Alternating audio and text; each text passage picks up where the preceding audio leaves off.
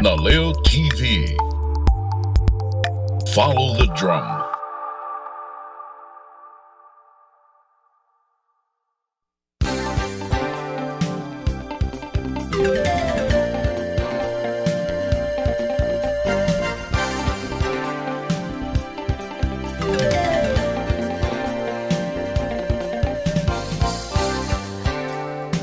Welcome to Community Enterprises November program, 2016 Legislative Update. I'm Shirley David. I'm the chair of Community Enterprises, and I'd like to introduce to you our board. We have Bill Bugby. Bill's here somewhere. Oh, there you are. I always never can see you, and Bill's always right in front too. So Bill Bugby with our program committee. Jane Clement with our program committee. Jane will be one of the people who will be taking your question cards. So as you have questions this evening, please just raise your hand, and Jane will be one of the people to come and get the cards from you. The other person that will be doing that is Mike Matsukawa, and he's over here to the right. He's also our secretary. And the person who signed you in and gave you the programs this evening is Dave Garcia, and he's also one of our board members. Our other board member is Pete Hoffman, and he's going to be our moderator tonight. Without any further ado, I'm going to turn the program over to Pete Hoffman. He's going to introduce all of our county council members who are each going to just spend 2 minutes each just to give us a little update, and then we'll go into the regular program. And we will have time after our presentations to answer questions. So we want you to ask your questions, but we want you to ask your questions on those cards. So without further ado, here's Pete. Good evening, ladies and gentlemen. Thank you. Thank you all for coming. Shirley, thank you very much for the introductions. And thank you to the members of the Boy Scouts for their Pledge of Allegiance. The first item on the program tonight are remarks from the West Hawaii County Council delegation. Shirley made the point, please, 2 minutes each. And look, I was on the council for a number of years, and I know it's difficult to have 2 minutes for each one of the council members. But our first council member, Councilman and Chair Drew Kanoa.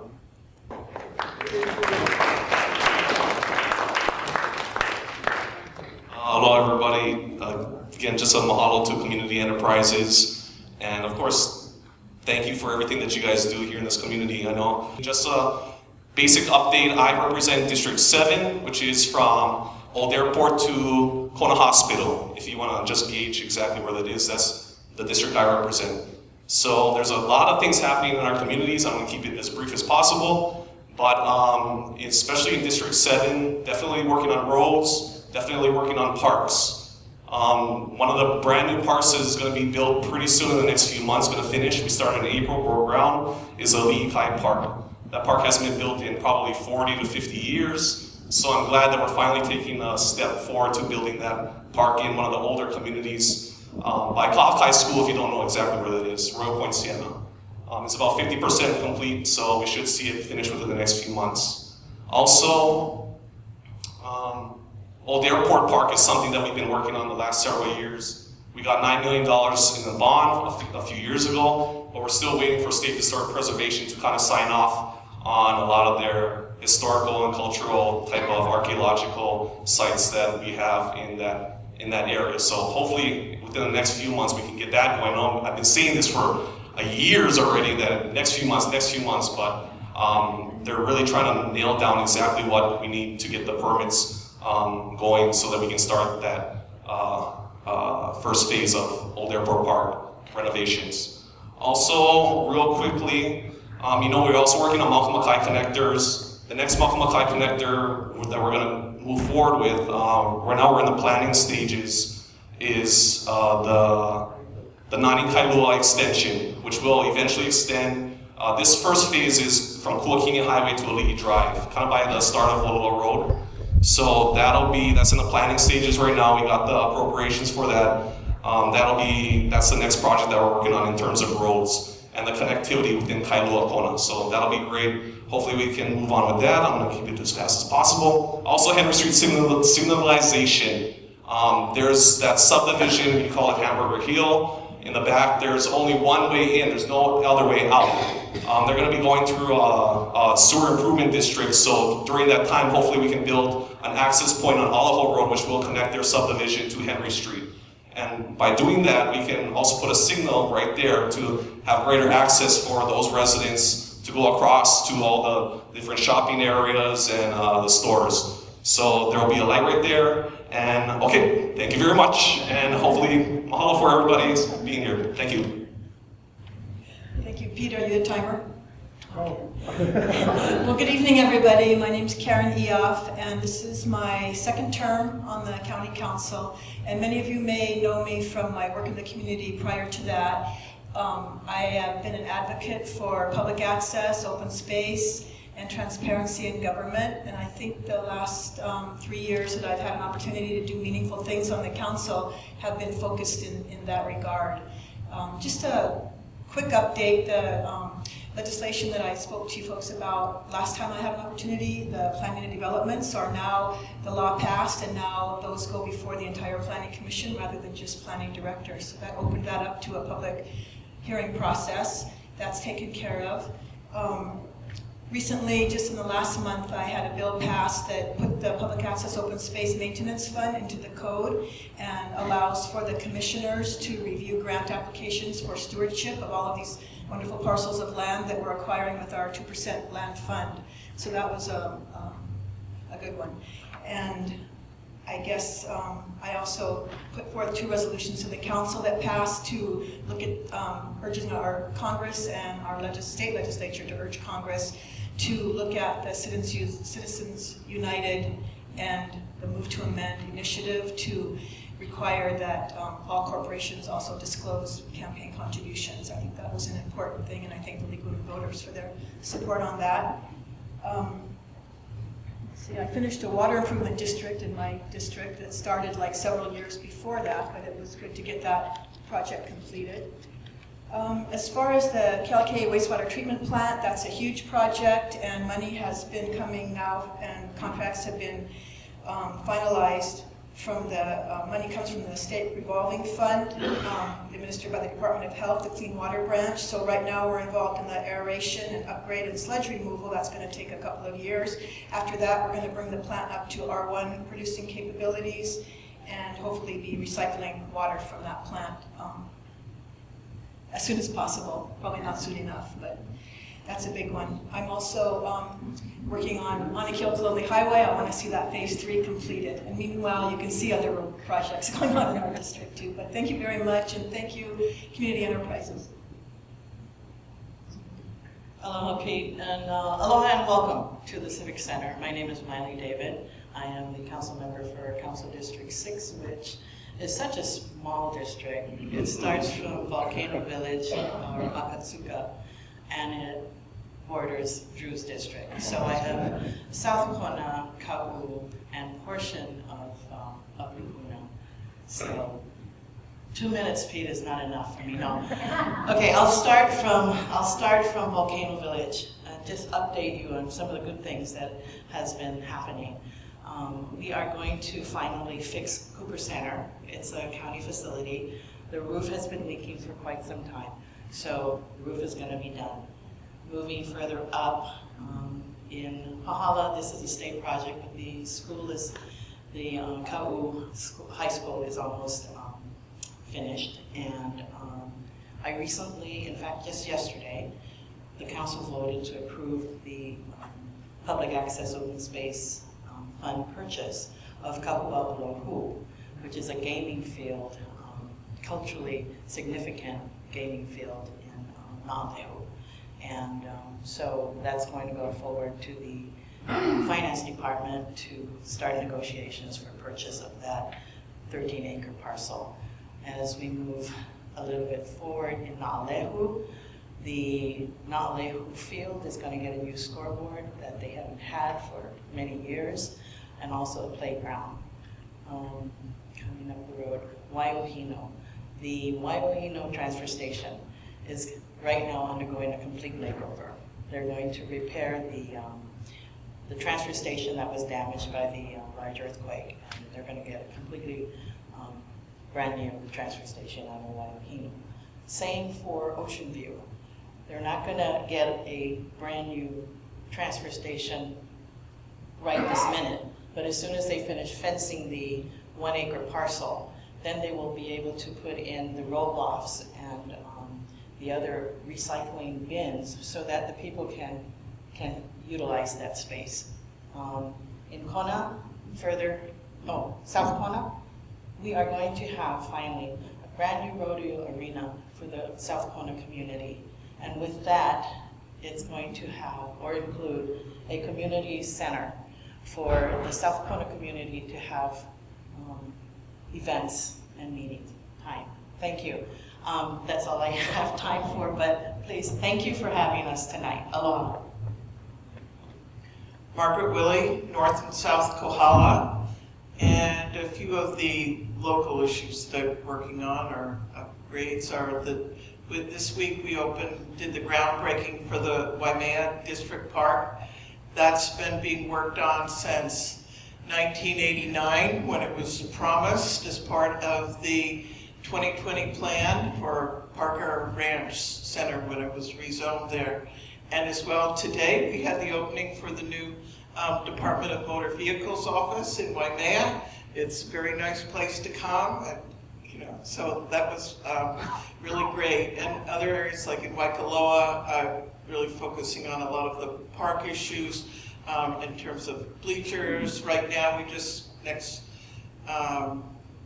month I've got something going in for new dugouts for Kamakua Nui and others. And North Kohala, we're next month, or I'm not sure how soon, I'll be doing more funds for North Kohala Skate Park because I really want to get that in. At the same time that we work on these projects, for me, part of it is the other side of the coin, and that we're fighting off the drug issues and meetings, and how do we not just say no to things, how do we also, or homelessness, all of the violence and all of that, and try to move people, and especially the youth, over towards positive. And then sort of island-wide, and I'll mention a couple issues that affect the state, because like one on the marijuana, what we just did, and I'll just give you really trying to raise the counties to the conversation, that in going to a lot of the meetings that we've gone to, the National Association of County Meetings, it's on the county level that it impacts. And that here where it is that this current state law on the new medical marijuana law, basically it cuts the state out, it tells us what we could, yeah, and we have one more meeting of that one. We have one more meeting of that one. We have one more meeting. We still have more to do. And also on the primary caregivers, the way the bill's written now, it would make it so that those people who right now have a source for their marijuana, they would know after 2018, they would be required to go to the dispensaries. So we have a few things to change in here. And compost, I want compost in the ag zones, and I don't want any more snitching from the TAT. I've been working on this hard. Thank you, Margaret, and thank you, council members. Ladies and gentlemen, I spent 8 years as a county councilman here in this, for North and South Kohala. I can tell you, you can't really say what you need to say in 2 minutes, so I certainly sympathize with each and every one of those individuals who tried to do this within the timeline. We'll turn now to our primary reason for being here tonight, to listen to our state representatives. And I would encourage each and every one of you in the audience that as the members speak, if you have a question, please remember to write it down on the cards so that after they're finished with their presentations, we can ask them the questions that you wish to hear. First of all, looking at a presentation of legislative process and deadlines and the priorities for the 2016 legislative session. It's Representative Cindy Evans from District 7, and Representative Evans serves as the majority floor leader and is a member of the following House committees: Energy and Environmental Protection, Legislative Management, Water and Land and Ocean, Marine Resources, and Hawaiian Affairs. Cindy. Thank you. How much time do we have? You have 15 minutes. For me? 15 minutes. The other people have 10 minutes because you're giving an overview of the legislative process. Thank you. Okay. Well, we have 60 legislative days where we sit on the floor of the House and actually vote. But the actual time that we're at the legislature, it starts the third Wednesday in January and usually stops the first Thursday in May. The reason that it takes so long is that we like to give committee chairs and we like to have the finance staff evaluate the bills that are advancing. So we need to understand the financial impact. I have been there for a while and I like the fact that there is hopefully enough time to digest how much it's really going to cost all of us if we move the ideas forward. The other thing is chairs. When people introduce ideas, the first thing that happens is the leadership, and I'm a member of leadership, we determine what committees are going to hear the bill. So we read the bill, decide what the subject, what it has to deal with, does it have a financial impact, and then we assign it to the chairs. Then when the chairs get all those bills before them, then they have to determine if they're going to hear the bills, because some chairs are not going to hear all bills. Sometimes, we're 51 House members in the House, and it may be that 6 or 7 legislators are actually going to write bills on medical marijuana, and I do expect that. I expect quite a bit of ideas floated, please change, amend the medical marijuana bill. So let's say there's 7 or 8 bills coming from different members. What'll happen is the chair will have to make a decision if they're going to hear only one bill and then possibly modify using that bill, or will they have all 7 bills in front of the committee? But I know that Josh can tell you that as a health chair, you might have 60 or 80 bills in front of you, and you don't have enough time because there is crossover where we have a deadline, and it's usually in March. We have to cross over House bills to the Senate. Then the Senate has to hear the House bills, determine if they're going to amend them, what they're going to do with them. Then they have to send them back to us. And then we go into conference, which is always at the end of April. And in April, we get a Council of Revenues tells us what they see for the economic outlook, which tells us how much money that we may have, because we are required by the Constitution to have so much money left in the bank. So there's only so many bonds you can float. So what you do is you look at how much money is there based on the revenue projections for general excise tax and other things, but what is the state of our economy? That sets the ceiling.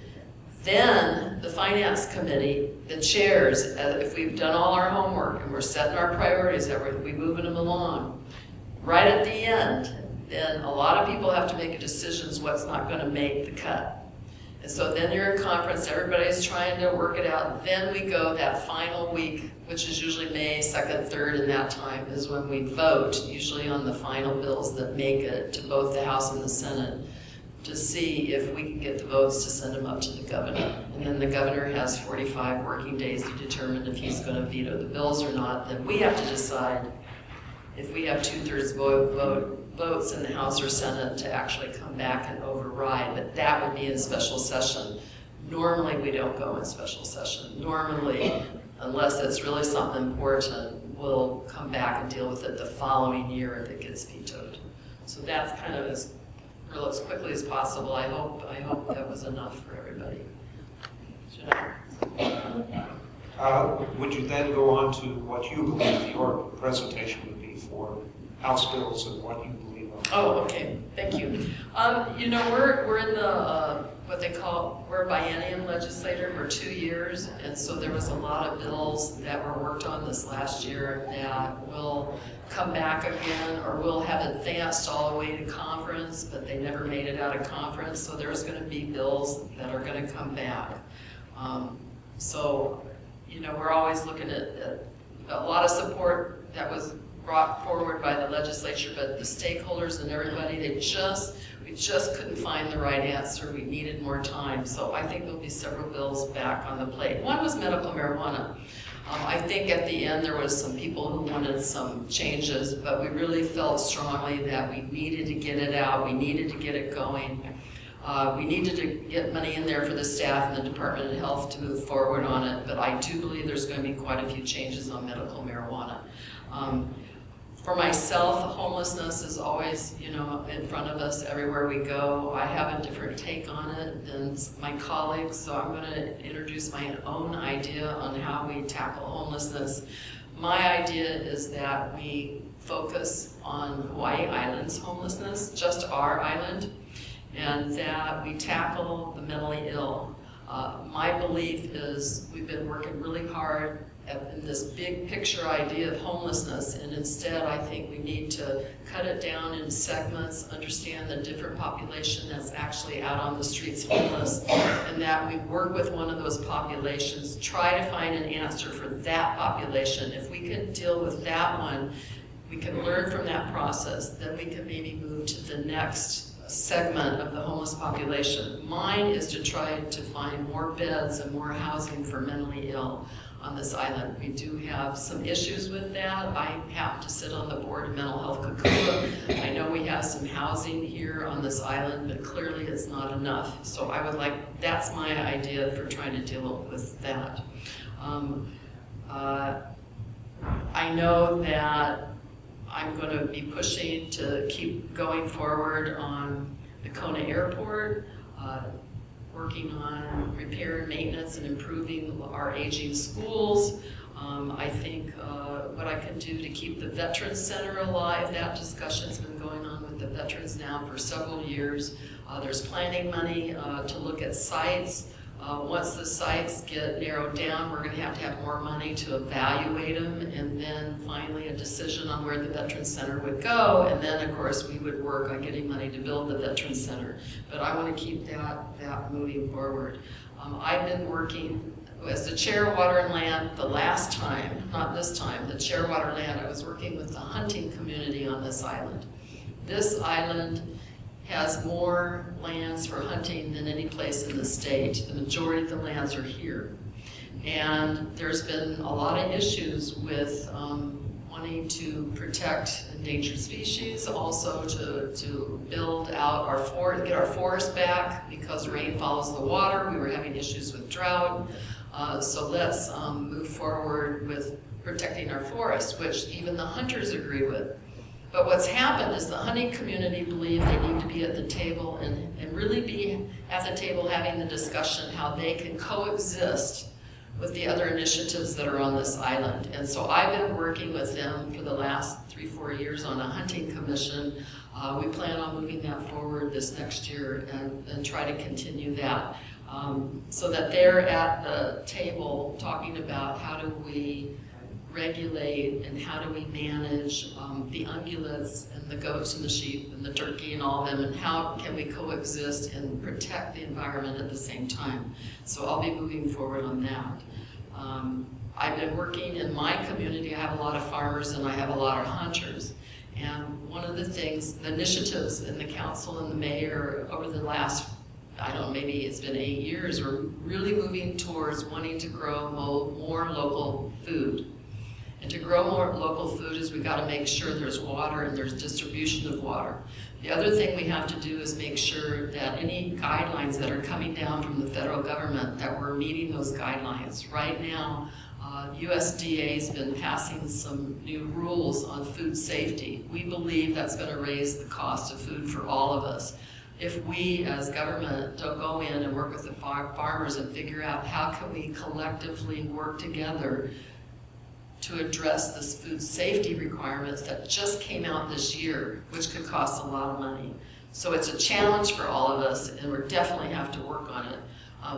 You talk about local grown food. Oh my God, let's talk about agriculture. We have issues right now about pesticides and herbicides, close to schools, close to all of us, and how we're dealing with that. That issue isn't going away. I can guarantee you that there will be, I think, legislation passed this next year on how to protect people with pesticides and herbicides close to where people live. I don't know the answer yet, but it's being discussed. A lot of bills have been introduced. I think that there'll be something come out this next year. The other thing is the invasive species. If we want more local grown food, the coffee, we have a lot of agricultural products that are getting harmed by a lot of insects. There's a beetle that's attacking things. There's a fungus that's hurting our okia. So this whole attack, this fungus, these bugs and stuff have to be addressed, and we have to support Department of Agriculture, CTAR, we got to support them really figuring out how to tackle this, because it is hurting our production, which means, we're losing a lot of stuff that is important to our agricultural economy. So we're going to have to, really keep focused on that. That's really a biggie. Our harbors, Honokow Harbor, Kauai Harbor, we have to continue to work to upgrade. We have aging infrastructure at those harbors.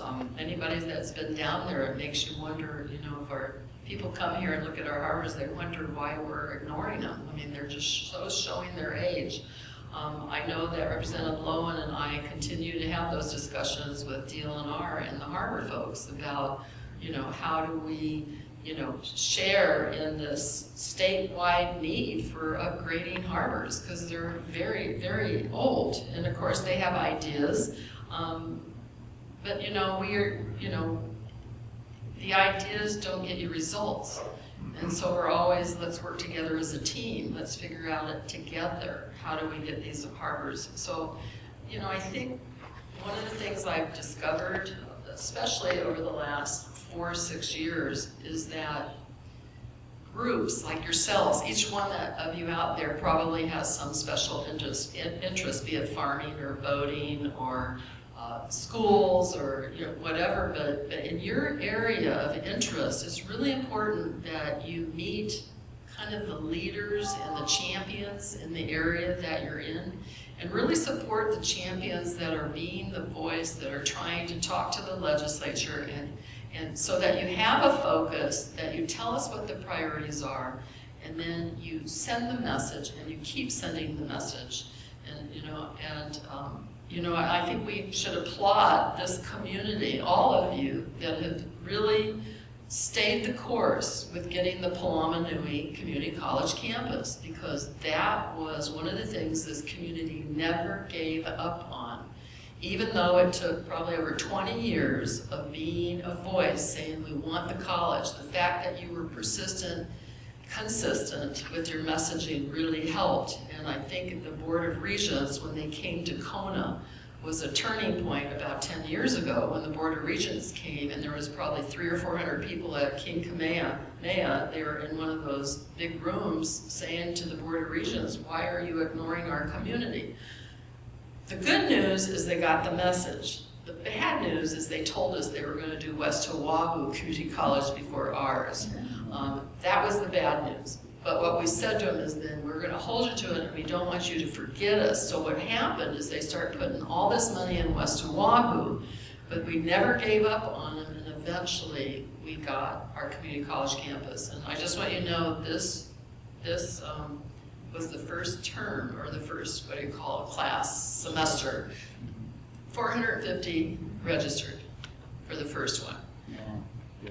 And so I encourage you, great. So I really encourage everyone to get the word out. We now have a community college. It offers, I just found out they offer PhD degrees through that community college. Because of their UH West Hawaii Center with the community college, they offer distance learning. They have the ability to tap into people and what they want, get master's degree, PhD, other other things, but, what we get out of that college will be what we want. So obviously we're working with the general managers in the hotel community and the people that are employed people. We need to hear from them constantly what it is they want so that we're actually offering that training at our community college. 1 minute, please. 1 minute. Okay. So, I'll tell you my style of being a legislator. I believe that, the public is walking the walk. They're out there living in our community and they see a lot of issues and problems. And when they bring them to me as a legislator, I like to see if I can solve them. And sometimes they're solved by introducing a bill that brings the department and the community together in one room to talk about it and vet it, and the bill dies in committee, but it moves it forward and changes happen. Sometimes changes happen not because you pass a law that goes to the governor to get laws signed. Sometimes changes happen because you put a bill in, you put the right department with the people that are telling them the story about what's happening out in West Hawaii, and their lights go on and they go, oh my God, we had no idea, and then things start changing. So I think as legislator, it's where do I find the place to make the change and then get the right people in the right place, trying to do it in a way that really makes progress for all of us. And like I said, sometimes it's not a bill, sometimes it's like this. Sometimes it's a community meeting, maybe it's a small group meeting, maybe it's a meeting just with the director head, but it's trying to get the right people in play to really make a difference. And so I want to thank everyone for your support and thank you for the opportunity to do this. And I really appreciate that you came out tonight to be here. Thank you. Thank you very much. The other three legislators will have 10 minutes. And that will be led first by Senator Josh Green from Senate District Number 3.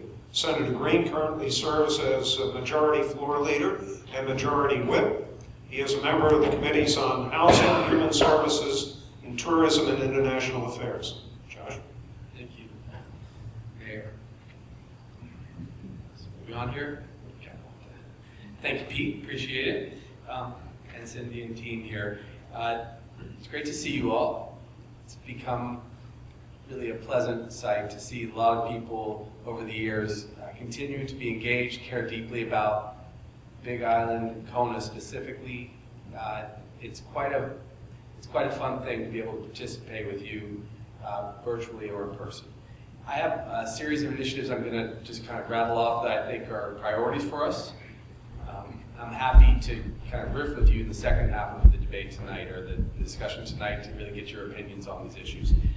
First, statewide homelessness is absolutely at a crisis level. We have thousands of homeless in our state. I went and spent 2 hours today. It was actually 2 of the best hours I've spent in the last couple months down in Old A, just with people who are homeless and getting a feel for what their sense of self is and where their psyche is and what their challenges are. Seeing some of the children, it was really actually great. Some of them have obvious mental illness. About 40% of the individuals that are homeless have mental illness, and there's a certain comorbidity, forgive, that's my medical side coming out, of drug addiction. No question, no judge, but we need to help people. So statewide homeless initiatives have to be at the forefront of our legislative agendas. Cindy's absolutely right on when she says tackling a piece of it is smart, and the mental health piece is a very smart approach. That would absolutely generate some success. I think that we're going to also have to embrace the Housing First model. That's getting people directly into houses. I am going to say, I'm getting a little bolder, I think, over the years, because I sometimes just don't give a crap. When I hear people put down ideas as not debatable, I think we should have a luxury tax on high-expense, high-cost condominiums. I don't know whether the numbers are $1 million or $2 million or what, but at some point people should be paying a 10% luxury tax if they're going to live in the state of Hawaii. And that money should go directly to building units, building housing, paying for mental health care, paying for drug addiction services, which we don't pay for adequately. And if you spend much time on Oahu, which we're forced to do, about half of our time is on Oahu as state representatives and senators, you see right now there's 22 buildings going up. They all are billion-dollar projects, and people who buy them are going to be multi-millionaires from Japan, China, and what have you. And I'm sorry if people are going to spend more money, but it is a good investment for us as a society, and there's a clear nexus on homelessness. So I'll be proposing that. I will work with my colleagues here who have been absolutely terrific, getting capital improvement projects to come to our region. You actually have witnessed and been a part of and been kind of crusaders for a successful movement, which is to get West Hawaii big capital improvement projects over the last few years. If you weren't around before Cindy and I got into office, actually, we got nothing for about 20 years. And since then, we've seen the judiciary complex get funded. We've seen Queen K Phase 1 and 2 get funded, the airport. Our council's been right there by our side. I mean, we've had more funding in our region for a non-Oahu center than you can imagine. The pharmacy school, that's a good addition. Will create some good jobs. In Hilo, Palamanui, we're going to need a freestanding ER or a new hospital over time. I think Richard's been terrific. I defer to him to talk about that. These are projects that are going to be very meaningful for us, and I think that actually we've seen some real success. Nothing is ever perfect. The delays in the road drive is crazy. The Palamanui campus, we'd like to have phase 2 and 3 already going, but big successes. Prescription drug reform. We now have more fatalities. I say this as an ER physician, but also as a legislator. We have more fatalities from prescription drug overdose than we do from car accidents. We've actually lowered our car accident totals pretty significantly over the years, had some success with the interlock bill that we passed, which is very good. We always do better. I will remember so many of those stories over the years that we wake up and we read the paper and it's been another casualty on the roads from alcohol, drug driving, what have you. But prescription drug reform is necessary. We need to definitely, absolutely take care of people's chronic pain. That is, without a question, an essential part of how we should take care of people, including medical marijuana, from my perspective. I think that would be part of the solution, ironically, is fewer people will be strung out on some of these terrible pills, which are bad for you, liver and kidney. But we need to clean the system up, and physicians have to take the lead because we've been overprescribing. Hawaii actually is 50th, in a good way, the lowest overprescribing state. However, in the United States, we have 4% of the world's population. We consume 90% of the world's narcotic pain pills. It's a problem. And it gets to kids. Kids crush the pills. They put them into Coca-Cola, which is almost as toxic as OxyContin. And then they sip it all day, and they're stoned and getting diabetes. It's kind of bad combo. So that's a big issue for me. Education reform. We haven't spoken much about education reform, but I think teachers' salaries should start at least at $50,000 a year, and their class sizes should not exceed 18 students. Those numbers don't just come out of thin air, but I'm trying to rationalize the debate, and I think that if we started to do that, we could retain teachers much better. Truthfully, the only way we can enact positive social reform in a big way is to really fund public education. And the only way to actually succeed with public education long-term is to have continuity in our schools and to make sure we value teachers adequately.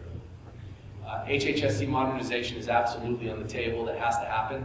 Maui is the test bed for privatization with the hospital, and I'm not saying that's the answer. But I do think that we have to consolidate the rest of our system in a smart way and commit ourselves to the resources necessary for community hospitals. Privatization is very controversial, and it cannot be allowed to restrict care for anybody. I've always been a big advocate of public health, whether it's single payer support or community health center. I see John back there, who was one of the founding board members, as were others in this audience, of the community health center. That's provided more care than any other solution we've done in West Hawaii in the last 15 years, direct care. So there are other answers to the healthcare problems and challenges that we have, but as we're all seeing now, we really have to arm ourselves with more healthcare access, and some of these programs I've been talking about, like loan repayment over the years, they need to be put into place, because it's not just when you need basic healthcare for your diabetes or diagnosing a cancer. It's also when you have a dengue fever outbreak and you can't find a doctor to get tested. And we've seen one of the most absurd situations in history where in order to get people tested for dengue fever, they've had to call their senator to order the test. I mean, it has got to be the most convoluted way to find out whether somebody's got dengue fever or not in the plant. There are other issues I'll be promoting: buffer zones on pesticides, helmet laws for motorcycle use up to age 25, tax reform. You probably have to create some tax revenues if we're going to pay for some of the important programs like homelessness. But let me speak about dengue a little bit. I'm sure we'll talk about it a lot tonight. The response so far has not succeeded. We have far too many cases that are going undiagnosed. Richard has been terrific, and I've worked hard with him to press the Department of Health and their surrogates to get better systems in place to test the people of West Hawaii. Right now, we've tested far, far too few individuals who have dengue fever, who are going south, who are going as migrant workers to spread the disease if we can't help them. We can't get them access to care. Now, every test does get ordered and goes to the Department of Health, but even when I ordered a test, it took 8 full days to get that result, 8 full days. And when I saw someone in the ER, it took 7 full days, because I still am a full-time physician, of course. So I'll tell you, some of these systems, and people are working very hard, they're terrific in the Department of Health on the ground, but you have to understand that they need more resources. They have been under-resourced to an extreme, and the governor, we've encouraged the governor and his team to bring in significant new resources. Now, they held a press conference today, and we'll wait to see what the result of that is. But the early buzz, I'm told by the Deputy Chief of Staff, is they intend to use the DOD and the Navy and the CDC to augment their team. And that will be very helpful for us. That will be what we ask for. We'd also like to actually get Thank you very much. We'd also like to get some actual direct support, some extra support for people who don't have resources to get tests, people who don't have resources to even buy bug spray and long sleeve shirts, but are still going to go work for either minimum wage or under the table wages deep in our communities. If we let this become endemic, we're going to suffer greatly physical health problems, and we're going to suffer catastrophic financial and economic problems because tourism will be badly damaged. So we're trying our very best to light a fire, and the press has been also really astute that this is a big problem that will resonate statewide if it's not handled. So these are some of the things that I'm prioritizing, and I look forward to having more discussion in the second half of our debate, because there are no purely right answers, but I'll tell you, I think we're on the right track on some of these issues, particularly dengue, if we want to make sure it's not here for years to come. Thank you, Senator Green.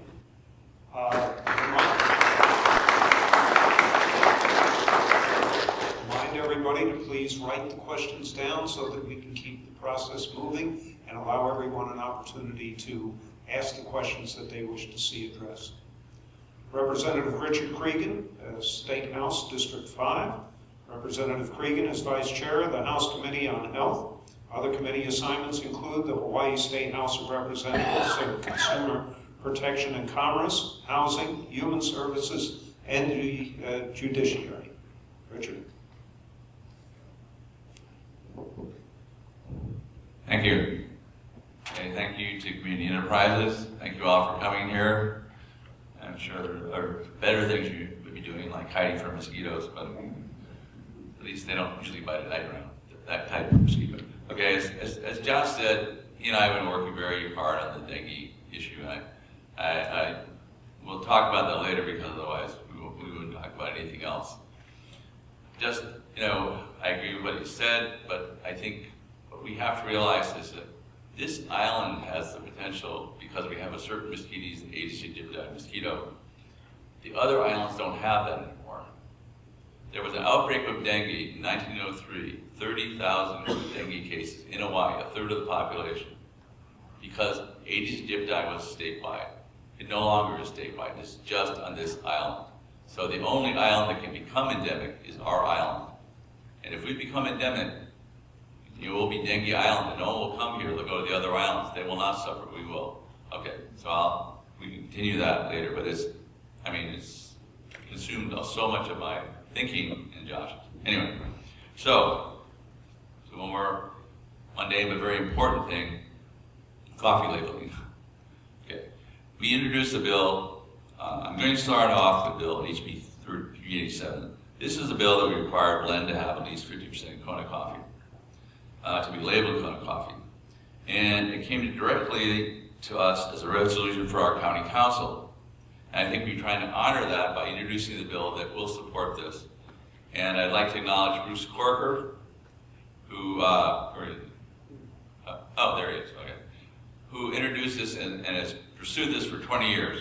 So we're hoping that at least it will be heard in the Ag Committee this year. We'll strongly expect it to be heard to honor both the voices of our county council and Pole Island and the coffee growers, of course. Okay, for schools, I'm reaching out to all the principals. I've learned this from Cindy, that you reach out to the schools and say, okay, what do you need? I know the education department has funding, but what should we push for you? What should we maybe provide on an auxiliary basis? And I'm going to try and do that. Palama Nui, we need to keep the funding stream open for that, and I look to see what they need and to actually push them to do more by providing the funding, sort of ahead of time rather than just having them say, okay, we got this finished, and then you provide money and it comes in a couple of years. So Palama Nui is very important. Okay, that segues into a new university-affiliated hospital near the airport, and Josh alluded to that. We've been trying to get a new hospital here for well over 20 years, and people have thought it would make sense to be near the airport for a lot of reasons. Doctors could fly in, patients could fly out. So I went to the med school and talked to the dean and his leadership team about having a university-affiliated hospital in West Hawaii. So they've never had a university hospital affiliated with a medical school. None of the hospitals on Oahu want them, one of the other hospitals would be the university hospital. So this could be the university hospital they never had. And that would really improve medical care for this community. It would be, probably the Kona Hospital would basically merge with that. That would be the replacement for Kona Hospital, and something else would be done with the building up there. I think long-term care would be a good addition, perhaps for veterans. But anyway, I'm meeting with Queens next week, and maybe we'll start off as a freestanding emergency department. But I think both of them are very excited about doing something new and big, and I think I've talked to the leadership in the House, the finance people, and they are supporting this. And we think we can do it with a combination of public and private funds. Now, I think all those employees will be unionized, whether they, are public sector unions or not, that will be determined. But I think the hope is this hospital is co-located with Palama Nui, so it will provide healthcare education through physician residencies in primary care like family practice, pediatrics, internal medicine, psychiatry, and emergency medicine. And also training for nurses, nurse practitioners, physician assistants, pharmacists, respiratory therapists, physical therapists, imaging, training x-ray technicians. The goal is better health care and many more jobs and better education. So Palama Nui a big part of Palama Nui, I believe, will be healthcare education. And if we can get that hospital there as the university hospital, I think Palama Nui will really thrive.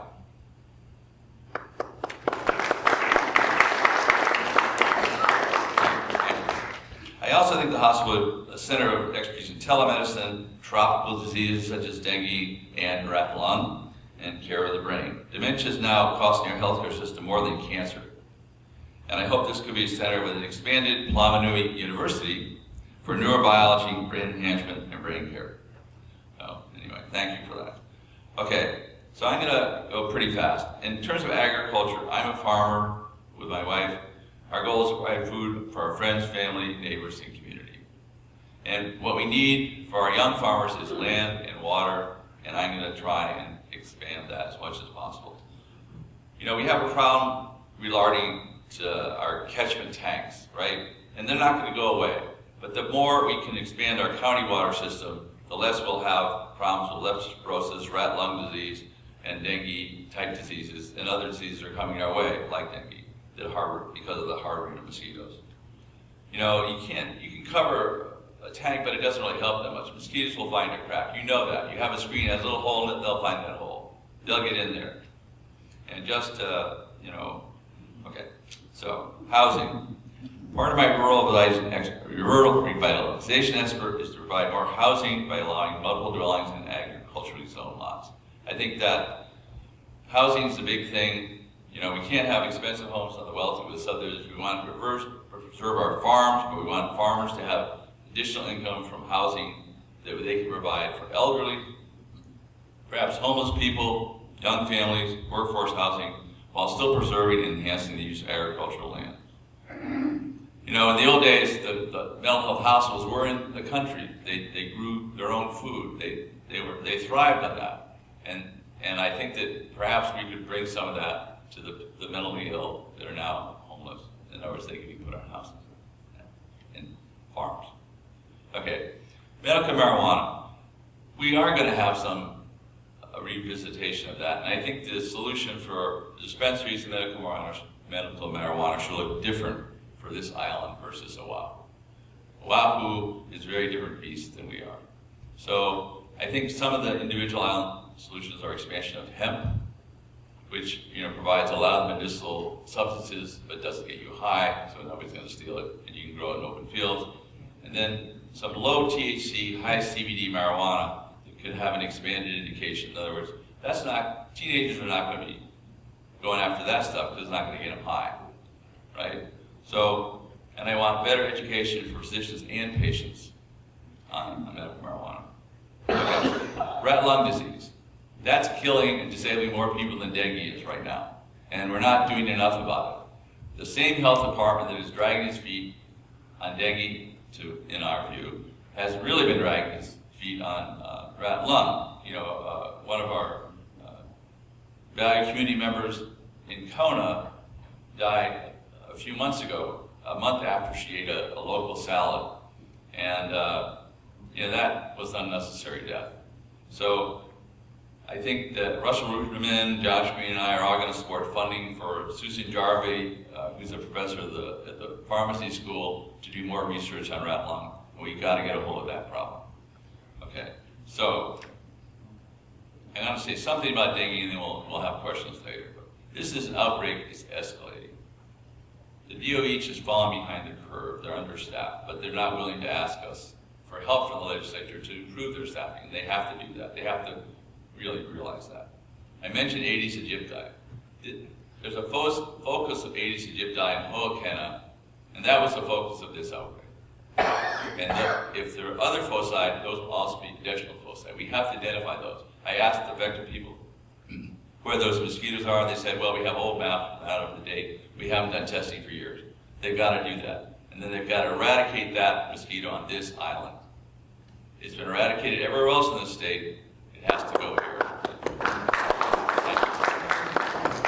Because if it doesn't, this island will be really hurt.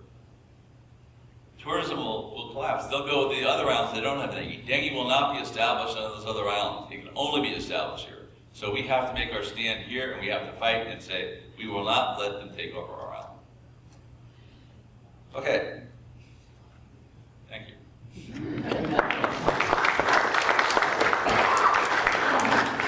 I'll be available for questions. Thank you, Representative Cregan. Our last speaker for this evening, for the presentation portion of our program, Representative Nicole Lowen, District 6.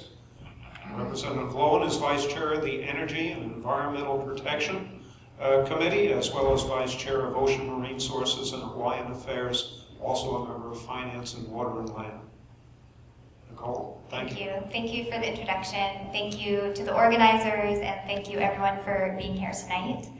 I kind of have a long list of things. I tried not to go into detail on things that other members have already mentioned. I guess I'll start with energy that hasn't come up yet, and that's definitely going to be a large topic of discussion at the legislature next session.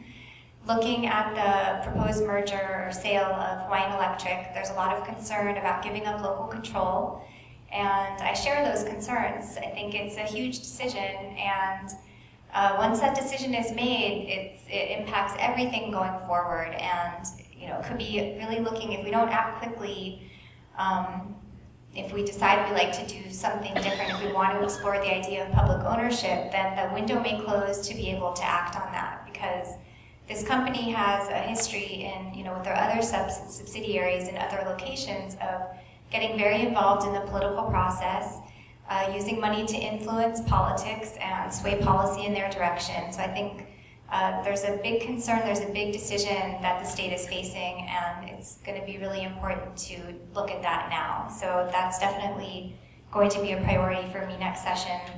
I've been working closely with the chair, the vice chair of the Energy Committee, and I think we'll be seeing a lot of discussion.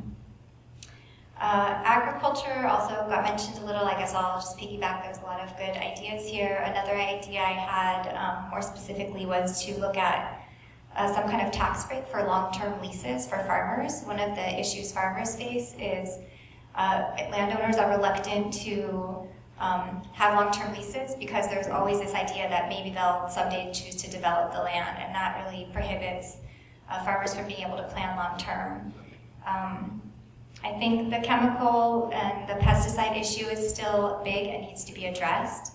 One idea might be to try to bite off a smaller piece of it, looking at maybe a study to determine, get the data we need to move forward, or something where, maybe we could do a measure that would identify which pesticides affect pollinators, for example, and maybe look at, banning those. I think we need to do more, but we need to understand it, and we need to think about what is feasible in terms of actually getting it to move through the legislature. Let's see, homelessness, I agree, it's a huge issue. We need to do something. I agree, Housing First has been showing a lot of promise and good results. We need to continue investing in that and make sure it's not just on Oahu, but that some of that funding gets allocated for all the different counties. I had a constituent come forward with a proposal to establish a youth homeless center in Kona. We currently have nothing. I think that could be really important. Kids who have difficult situations at home, run away from home, they end up with nowhere to go and end up getting involved with drugs, and then they become a part of the system and a long-term problem. So I think having a place for youth to go to be able to access resources and get help, if you can catch people early and help them then, you can prevent a lot of the problems you see going forward. Another kind of related thing I think we'll be discussing is to pass an earned income tax credit for the state. This is a tax credit for low-income earners. And I think the big benefit of that is if we can leave dollars in people's pockets, it's a much more efficient way to help them than taking their money away, filtering it through government, and then giving it back to them in the form of human services. So that's a direct way to kind of help low-income earners really directly, and economically, the cost-benefit-wise, I think it pays off. Let's see. I have so many things. Aquatic resources, as Vice Chair of Ocean Marine Resources, I think with the coral bleaching events we saw, this is a huge issue. We have to manage our reefs more proactively, and actually West Hawaii Regional Fisheries Management Area is probably the most managed area in the state, and we could actually take a lot of the lessons that we've learned here and try to see what we can share and generalize to the rest of the state. We need to look at giving Division of Aquatic Resources the legislative authority to do adaptive management, and that means that as they see conditions changing in the ocean, they'll be able to react quickly, and hopefully this would involve some kind of community process as well, because you don't want to cut the public out of the process. But the way it is right now, they have to go through a whole rulemaking process. It takes a really long time sometimes, and at that point, you've missed that window of opportunity to be able to act decisively when action is needed. Projects, we've heard a lot about projects, so of course, we're so pleased to see so many things moving forward. Palamanui is open. Additional funding for Palamanui will be one of my priorities. The Kona Judiciary Complex is fully funded, and they actually are, I think, in the process of getting their bid approved, and then it should go out for bid soon. So that's exciting. And then we, of course, have all noticed Queen Ka'ahumanu Highway. It's kind of hard to miss, although it has made traffic worse, even though they said it wouldn't. So I have called the Department of Transportation about that because I deal with it often myself. I agree, improvements to schools, looking at what we can do to improve our hospital system. Obviously, there's a huge need. These guys have a lot of expertise, so I'll be working closely with them.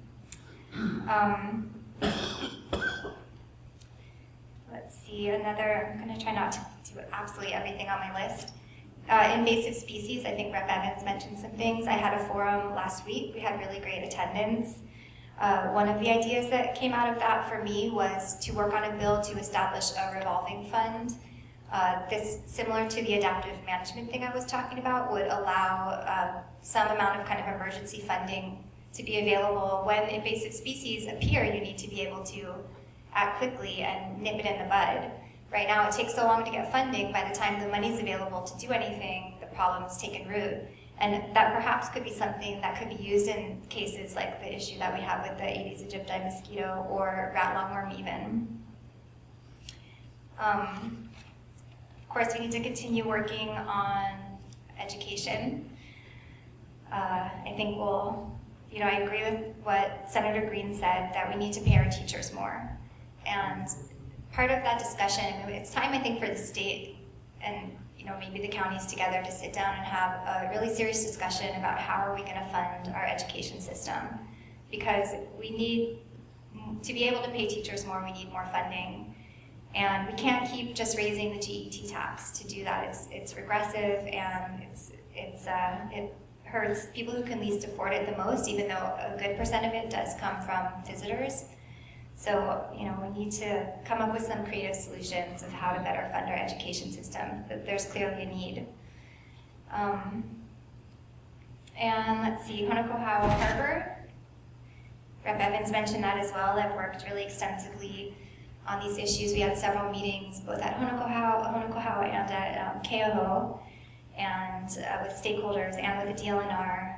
We're still working on resolving some of the issues you guys may have heard about, the proposal for paid parking at the harbor and the kind of opposition to the additional moorings in Keauhou Bay.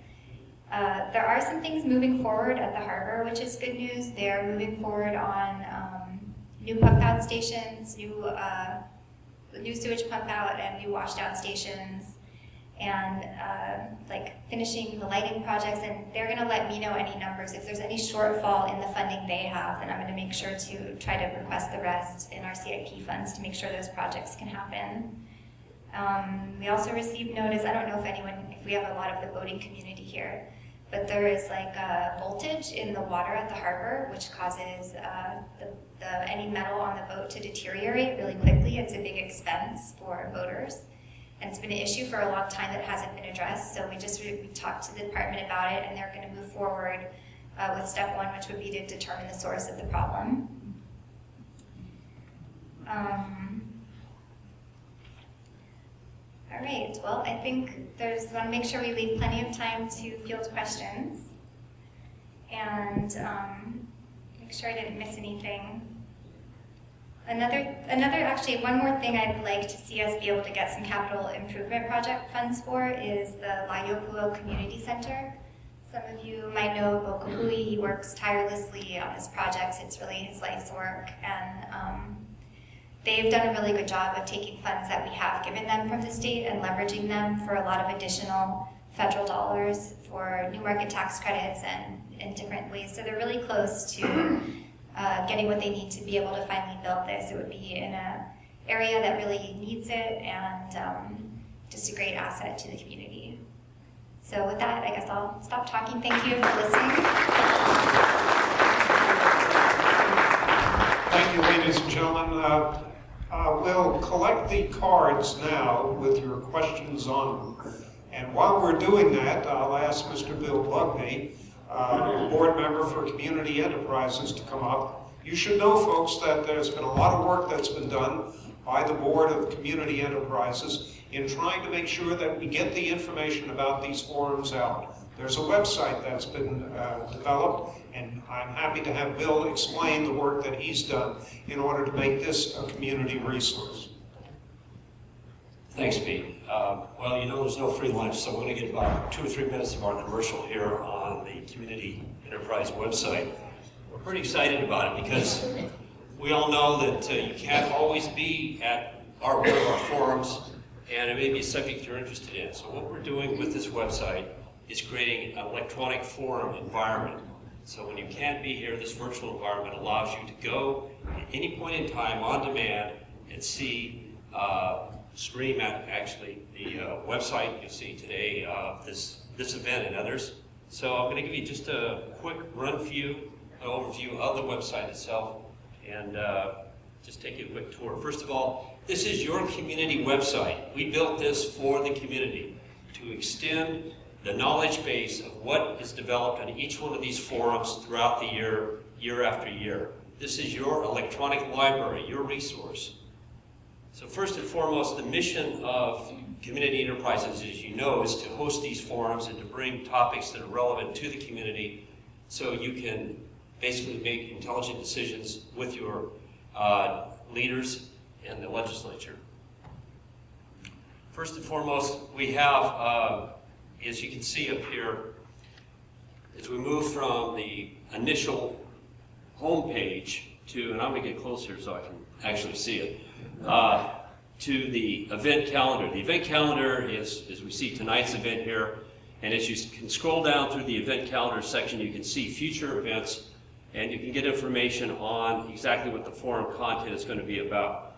Equally interesting is the fact that you can actually go ahead and post a question to all of the panel or to an individual presenter. So in the future, it means that when that forum actually occurs, we take your question, and that is commingled with the questions we're taking from the live audience to be asked. And the answer will be posted after the event. Also, recognizing the fact that we are in the 21st century and we are a socially networked world, we are completely linked with all the major social network sites, Facebook, Google, Twitter, you name it, it's up there. So what you can do through your social network is you can log in through your own social network media password and actually post a comment and then share it with your friends on your social media environment. So by example, we have a posting here, and then people can reply to that and create a community dialogue of specific issues that are important to you. Ladies and gentlemen, we'll start the question and answer session right away. There seems to be, of course, several general topics that we'll cover tonight, and then a whole bunch of others. So I'll turn first to the two doctors, because obviously the situation of Denny, if you haven't explained it properly, the role that, one of the questions that came out of the governor's press conference today was the idea that he might use the National Guard in some way, shape, or form. Could you please elaborate on how you think that the National Guard would be used in the role of fighting dengue fever? So, it's an interesting situation. Let's just do 30 seconds on dengue. It's a bad virus, causes severe pain, high temperature, pain behind your eyes, and can have other symptoms as well. It's rarely fatal, but in certain circumstances can cause it to be hemorrhagic and can be fatal then. So it's very serious. We don't want it to be endemic. There's 79 cases documented right now. It's going to be a lot more. The National Guard, we've asked the governor to actually bring in the CDC and the World Health Organization, and then to utilize other resources to make sure people can get testing. We want those health assets on the ground. That makes a lot more sense to me, and I will defer to my colleague. I know that he and I shared the language of that letter and worked closely on that. How would you use the National Guard? Look, you do need to get some manpower, person power into the community under some circumstances to get resources out to people. That could be helpful. I don't think we're talking about large quarantines. We're talking about actually giving people access to health. I'd rather see health vans going into the community and offering direct care and direct testing. So my preference is what we said in the newspaper this morning, which is to get the World Health Organization and to get the CDC fully engaged. I want to comment on the National Guard because when we were at 23 cases, I ran into the chief of staff, the governor's chief of staff, and I said, you know, you need to think out of the box. Have you thought about drawing a circle around the area where this exists, going after the mosquitoes, getting the National Guard, and going out and finding the standing water. Go out there. Is there a way you could deal with where they're actually growing the mosquitoes and try to eliminate the mosquitoes? So that, I threw that idea about the National Guard out. Just, I mean, they're on the ground. And the only reason I know this is when we had the earthquake some years back, and the ditches that did the irrigation, they caved in, and there was no water to the farming community up in Waimea. It was the National Guard that actually went into the ditches and actually physically dug and did what they had to do to release and get those ditches back flowing. So I knew that the National Guard actually offers physical, assistance or whatever. And so anyway, I think that might be. That's a very good point. That might be the way. Yeah, could I comment too, actually? Because I know this is being filmed on Naleo, and I've gotten a lot of calls to my office, so I have this information handy. If you do see standing water that you cannot deal with yourself, you can call either the County Office of Civil Defense or Department of Health's Vector Control Office in Kona, and that number is, I have it right here, 322-1509. And I think we've all been working very hard on this issue. Representative Cregan, do you have any comments? Yeah, I think the National Guard potentially, these other things would be true as well, but they could provide enhanced manpower for vector control, both what you were saying, looking at the water, the containers, but also helping with the spraying, because you need a lot of manpower, and I think, we could bring in sprayers to the mainland. We need more sprayers, but we need to do this quickly. But they also have medical teams that can help with going out to some of these, people who are in remote areas or remote houses and evaluating them. So a combination of the medical teams and the manpower for spraying, I think would be great. And there may be a little bit of controlling areas. For instance, this was an outbreak in Ho'okena. They shut down the beach park to spray it, but still people are going down there. And, 80s mosquitoes down there are still probably because of the dengue you give to people that use that beach. So I think a little bit of access control to some of the beaches. Dr. Pan closed down 2 beaches for 6 months on Maui before he could get that thing going over with. So we may have to do some beach closures where there's 80s Egyptian mosquitoes. Okay. Just for general information, folks, the county, as you probably know, has done a number of dengue forums throughout the island. I hope some of you, anyway, attended those. They were really very informative. I think the county has done an excellent job in getting the word out and in trying to inform the public as to the problems that we have. In any case, the county, I think, has done an excellent job in that. Hopefully, they're going to continue those forums in the future. And I think it's very important that all of us at least have an idea of what to expect and what to anticipate. I can say with personal knowledge, I've had dengue fever, so has my wife. It is one of the things you do not want to get. Trust me, it is no fun whatsoever. We got it when we were living in Thailand. Let's move on to another series of questions in any case, and this deals with homelessness. We have people living in tents and a building code that makes low-rent cost housing almost impossible. How can we get relief from the unrealistic requirements of the International Building Code, the insulation requirements, glass, oversized timbers, and so forth? Is there anything that the state ledge can do as far as this particular requirement is concerned? No, I'm not sure. I'd have to look into it to have a more complete answer, but I do know on Oahu, on Sand Island, they've been moving forward with kind of some more temporary structures for homeless. So those are not meeting those requirements that were listed. So I believe there are ways that it's feasible. I think there It may be that it's, if whether it's what kind of permit it has and whether it's temporary or permanent. Thank you. I think the difficulty also is maybe confusing the subject of homelessness, which demands some temporary shelters, and low-cost housing, which is more of a permanent structure. Go ahead, Representative Evans. serendipity. I was talking about this the last 2 days with someone who represents the International Building Council. You know, when I asked the same question, and what he said is really we should probably be looking at kind of what they call a variance because of us living in the tropics and where we live, that what's happened is a lot of the codes and stuff that they have in there, really we should be looking at how do they really apply to Hawaii and look at doing, kind of having a, I don't know what you would call it, a Pacific Island type of variance on the code, but he says yes, that in fact a lot of people have mentioned that that particular code, when you apply it to the Pacific Island and the tropics, may be not the right thing to do. However, having said that, we do have one problem, and this is the sticking point. FEMA.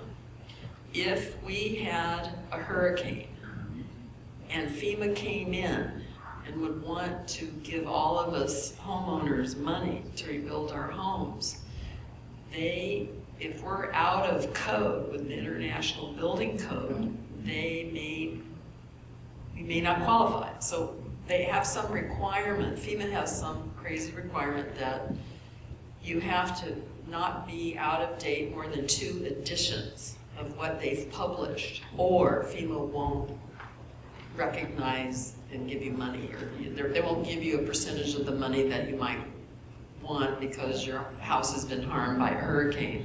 So now what we're having, which is, I have to tell you as a state legislator, one of the problems we have is these federal requirements and these mandates and all these hooks in us at the state level, that if you're going to get money, you're going to get it only if you do it the way we want you to do it. And so we get stuck. And so we have to look at this FEMA requirement because we don't want any of us to get hurt if there's a hurricane that comes through Hawaii. So that's an issue.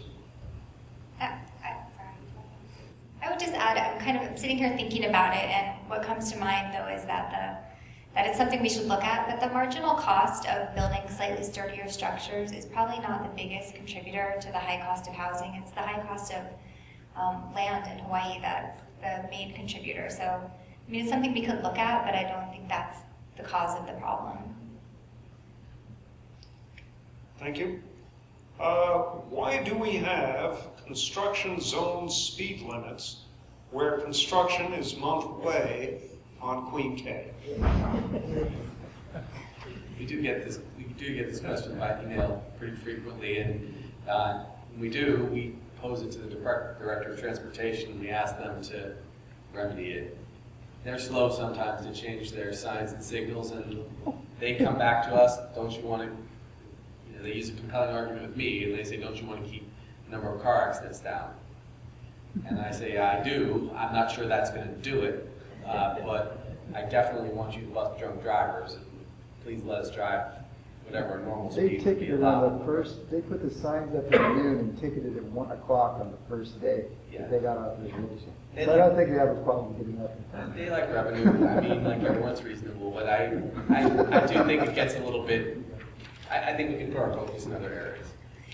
And whoever asked that question, I sympathize because I live in Kalawa and I've sat there at like 3 p.m. and waited a half an hour to get from, Lower Palisades to where Pine Tree Cafe is. It's just like 15 minutes a mile or something. And I called Ed Sniffen, who's the director of the Highways Division in DOT, and let him know, and I'm waiting for him to get back to me. I'll let you guys know. You're not alone, I may add. Yeah, it's terrible. For each one of you, do you support rescheduling of marijuana at the federal level? Representative Glowen?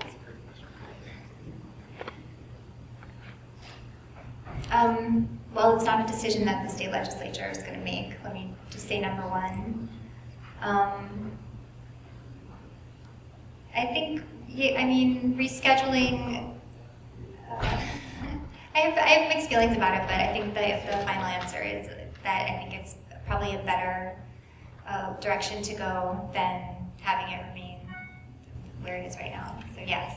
Senator Green? That's absolutely true. I think pharmaceuticals, right? It should be rescheduled. That was the real solution. Let me speak candidly about medical marijuana for a second. First of all, it can help people under certain circumstances, and we should always agree to try to keep it out of developing young people's, bodies, because it will affect their development somewhat. But had we simply rescheduled medical marijuana at the federal level, it could have been treated like a medication. We wouldn't have had to play this game, this dance, with dispensaries. It would have been something that pharmacies would have had the capacity to do. Now, I will be candid. This dispensary business is all about some people making a lot of money. And it's absolutely absurd. And I'm very, very, very sick and tired of the issue, because it should never have been about that. It should just have been about, if you have some sick individuals whose chronic illness would benefit from medical marijuana instead of other pharmaceuticals, let them have it. But the people and the money that surged into the state of Hawaii, like they've surged into all the other states to pass dispensary bills, are trying to take an opportunity to make an incredible amount of money without really people's health concerns at hand. So the answer to your question is yes, and that would have solved the problem out of the gate. And it's very likely, just like a lot of major social issues changed very quickly, for instance, people's positions on gay marriage and so on, that is happening with marijuana, and I think that we probably will see better legislation and better policy in the next 5 years on the matter. Thank you, Senator Green. Representative Green. Yeah, I think the answer is clearly yes. It was a mistake that it was put there. It was put there because they weren't sure where to put it. So they said, we'll put it here for now, and then we'll think about what we should do with it. But they never did anything right with it. The real troublesome ingredient in marijuana is THC. Okay, that's why it's in Schedule 1. However, THC, it's synthetic, the identical substance, but made synthetically so it doesn't come from marijuana, is a Schedule 3 drug that you can prescribe. Physicians can prescribe that, so it's totally nonsensical that that's Schedule 1. The beneficial parts of marijuana are, in hemp, which is really not scheduled. So if it wasn't for the THC, made it go to Schedule 1, but synthetic THC is in Schedule 3, so it's totally nonsensical, and it would just be totally logical to take it out of Schedule 1. And a lot of this stuff, the trouble with the dispensaries and everything else, like you said, it could be in pharmacies, or it could be in herbal remedy stores. I mean, it could be, essentially, I think of marijuana as a brain supplement for a lot of people. So, Schedule 1 never made sense, doesn't make any sense now. Representative Evans? The answer to the question is yes. But I'd like to add also another interesting serendipity again. I was talking to the lawyers at the state legislature today about, could the state of Hawaii change the medical marijuana? Could we change the scheduling in Hawaii, how we look at it? The only problem with that is probably the pharmacists and the way they get their licensings in the board. They're required to follow, federal guidelines. So they said they probably couldn't do it because of that. And so I said, would you just double sure and make sure to see if maybe this state could take the lead in trying to change the schedule, but I kind of doubt it because again, the federal government does have a way of getting in and mandating and finding a way to tell us what to do at the state level. So, thank you. Thank you. A couple questions about schools. Why is there no plan by the DOE to air condition classrooms? I think they do have a plan, and they actually have a heat abatement website if you look at it. I think obviously it's been in the news a lot. I think we'll be talking about this at the legislature next session. I think they could redo the plan. I actually talked to someone from Department of Education, and he basically told me that if you look on the website, they have a list of what their top priorities are, and they only list like maybe 1 through 10 or 15. I don't think any of them are in West Hawaii. And I think somewhere, although not published on the website, they have a full list of what level priority all the schools are in the state. When I talked to someone from DOE, they basically just straight up admitted to me that it wasn't really based on the most recent data or which schools were actually the hottest. It was sort of based on some old data and then a bunch of promises they had made. So when I heard that, I was really frustrated. So I planned to do some kind of resolution probably to, kind of have a discussion about that, number one, and number two, to make sure that they use data, and the hottest schools where the problem is the worst are the ones that get addressed first. Do you have a comment? I do. It's a little bit broader. I think Nicole is technically right on. If you just take a step back, I'd like to wonder aloud. It does seem like we in the state are falling behind in certain areas. It doesn't take genius any longer to see that we're not really taking adequate care of our schools. The public hospital system has $1 billion of repair and maintenance that it needs, otherwise sooner or later our public hospitals are going to actually crumble. And we've got 8,000 to 10,000 homeless individuals here in Paradise. I mean, we have to revisit our priorities here in the state. I mean, there's a lot of energy, I respect it, a lot of energy looking at some fancy projects, whether it's Mauna Kea, the telescope, or this large amount of development that's going on in Oahu. And I don't want to demonize or place one priority over another that are ongoing, but it does beg the question of whether we need to really take a hard look at what we're prioritizing in this state. And I think it would be very helpful, and please consider doing this.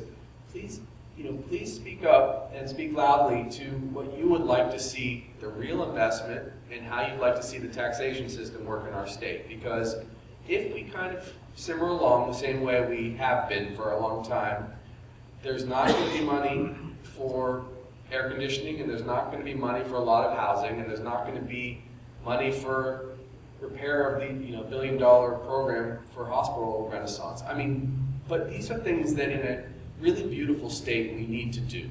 So either tell us to cool it on some of these fancy business projects and focus on the essentials, or encourage us to raise taxes here or there, but make sure they're devoted to those programs that you want. Because I think we go back, and it's become frustrating for me after 10 years in the office, that I really would rather be spending our money on schools and hospitals and not on tax breaks and condominiums. So please consider that. But I honestly believe it's going to take the voice of the people to loudly squawk about bad priorities. May I also comment that it would be worthwhile for all of us to do that for the County of Hawaii as well. Another question on the schools. What happened to the monies that were to buy computers for every student under the DOE pledged by Governor Abercrombie? Abercrombie is gone, so, and I like Neil. I honestly don't know how they decided which programs from the previous administration to keep going, and I defer to my colleagues.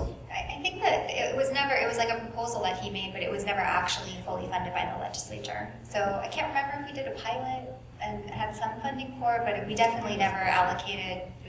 Yeah, we never, and I was on the finance committee that year, we never fully funded this proposal to give a laptop to every student or an iPad or whatever it may be. So nothing happened to it. It was just some campaign plank, and it never actually occurred.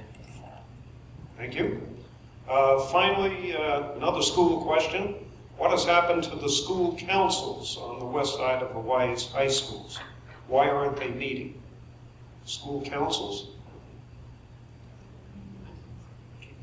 I didn't realize that they weren't meeting, but see, the thing that happened with the school community councils is it was meant to be an advisory board for the principal and also an opportunity for them to weigh in on the budget and how the money was spent, because we've been working over the last 12 years trying to get more and more percentage of money down to the principal and the school to allocate the money and run the school, and basically just take the administration costs, leaving it in Honolulu, but the money follows the child. They've been working really hard to try to get it down to the school level. The school community councils, they were frustrated after we passed the law and created them. There was a lot of frustration with them because they didn't like the fact that some of the principals didn't follow their recommendations. You know, so they would meet, they would disagree with the principal, they wanted to have a kind of a power to veto some of the principal's ideas or some of the principal's way of spending the money, and I do know that a lot of the councils felt frustrated by it, but some principals embrace the councils really well, and other principals just see them as advisory and they go, well, you're just advisory. So it's been a mixed bag. So maybe the person asking the question realizes their community council is probably not meeting because they're not happy. Yeah. Okay, question here. The registration procedure for the community college is unbelievably complex. Can you fix it? The outline is 2 full pages. I may add that I think any registration procedure for the college system can best be handled by the Board of Regents, who can make different changes in that regard. But does any of the legislators want to comment on that? By the way, I didn't know it was that complex, to be honest. But go ahead, please. As a matter of habit, I don't like to micromanage those guys, because it's just as likely if you get a legislator doing it, and I don't have any experience in higher education, we're going to make it worse.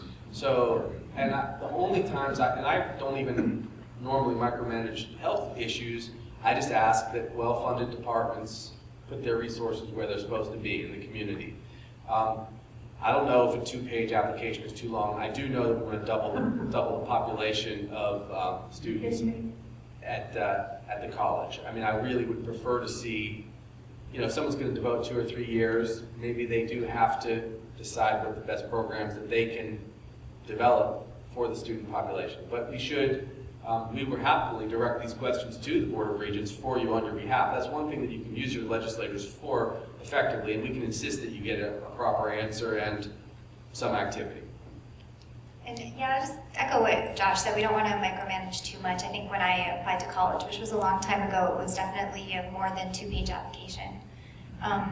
But we have had ongoing discussions about making sure they get the word out. I think it was like very late notice that classes were available for people to register for, and then the course catalog is also very confusing, where all the courses from HCC, including in Hilo, were like all together. So we've talked about that, and I mean, we can, when we're over on Oahu and it's that time of year, you're hearing ads on the radio for what's happening at Kapiolani Community College, and I mean, I don't notice any of that happening here. So I think we don't even send out press releases. Trust me, I keep asking, I get nothing. So when we've had ongoing discussions, there's a lot more that they can do, and we're definitely all working on pressuring them to do that. It's not a 2-page application. It's a 2-page list of things you have to do, which includes applications and other things. I'd like to comment on that. Go ahead. Well, thanks to Sherry Bracken, Patty Cook, they let me know that there wasn't any press releases or anything coming out from the university system on the new community college. So I talked to Marty Fletcher, who runs UH West Hawaii Community College, and the Chancellor Noreen in Hilo, because people have to remember our community college is actually a branch campus of Hilo Community College. So the Chancellor is the one that runs, basically, she's the one that runs it. And then I talked to John Morton about it, and the whole thing, if Patty and Sherry brought to our attention, is there was no strong promotion on getting new students to show up at this community college campus. Why?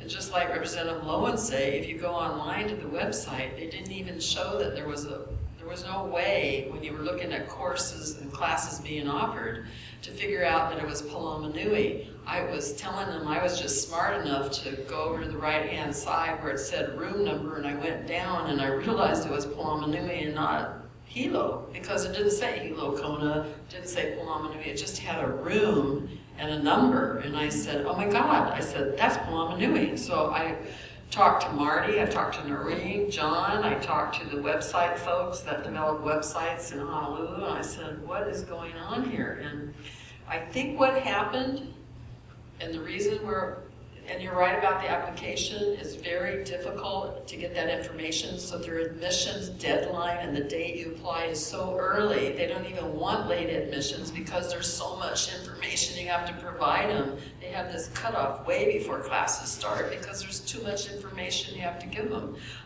They know that. They told me in talking to them that they've been asked to revisit it and actually figure out a better way if they do or not. But I think the more important piece to this is that they were afraid that they were not going to meet their move-in date. And it got so close to the end that the reality was they didn't meet full move-in. They left culinary down in Kealakekua, where they thought they were going to have it up at the new campus. So they didn't want to like over promote it and then have, because they were in moving. I mean, they were putting the carpet down in the rooms 1 month before the opening day of the first class. They were still doing carpeting, and they were still bringing in their equipment to set up and the computer. I mean, it was just a scramble that last month. And I think they felt that if they low-keyed it, it would maybe take some pressure off of them. But the good news is we got 450 students, with that. And I will give credit to the ones on staff that were trying to do their outreach, and they did go to the high schools, and they did go around and try to hit the ground, getting people to sign up and be in the classes, but they didn't use the media. And that was a frustration, I think, for a lot of people in the media and us that have spent so much time on the Palamanui. A question on coffee. Why have bills for coffee labeling not worked in the past? Why will one work in the coming session?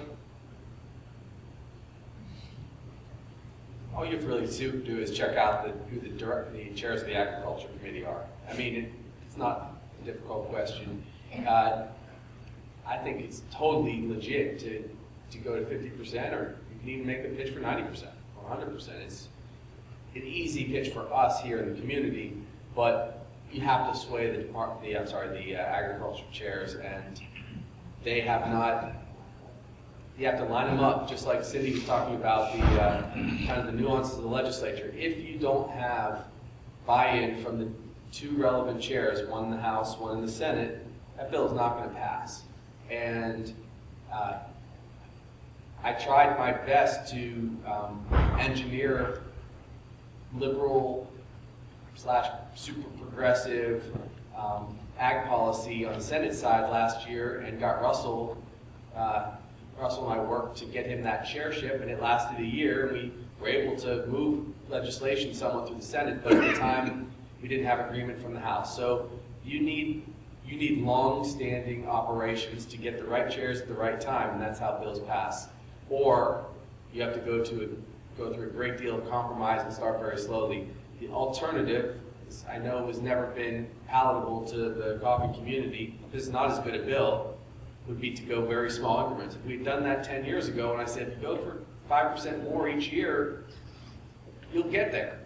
And we would probably all be happier if that's what people want, 50% or 100%. But you were not going to get the big bite out of it because the special interests have enough say to not go for a big transformative bill, usually. This is a question for all the Excuse legislators. me, Pete, I gotta say, I'm sorry, I have a different take on it, so that's why I have to weigh in on this. Because I sat on committees that heard it, and I don't sit on those committees anymore, but one of the arguments that seemed to really ring with people is a lot of our farmers on the Big Island only grow the green, I guess that's what you call it, and they sell it to the ones who do the roasting. And so like Lyons Coffee and the big guys, the ones that you see always at the grocery stores where you can buy 8 ounces for $11 instead of $20 or whatever. So the argument has always been that the small guys that sell their green coffee to what do you call them, cherries? The ones that sell the cherries to the big guys that buy them and mix them with Columbia or whatever. What they're saying is they're worried that if you go to 100%, that nobody's going to buy theirs.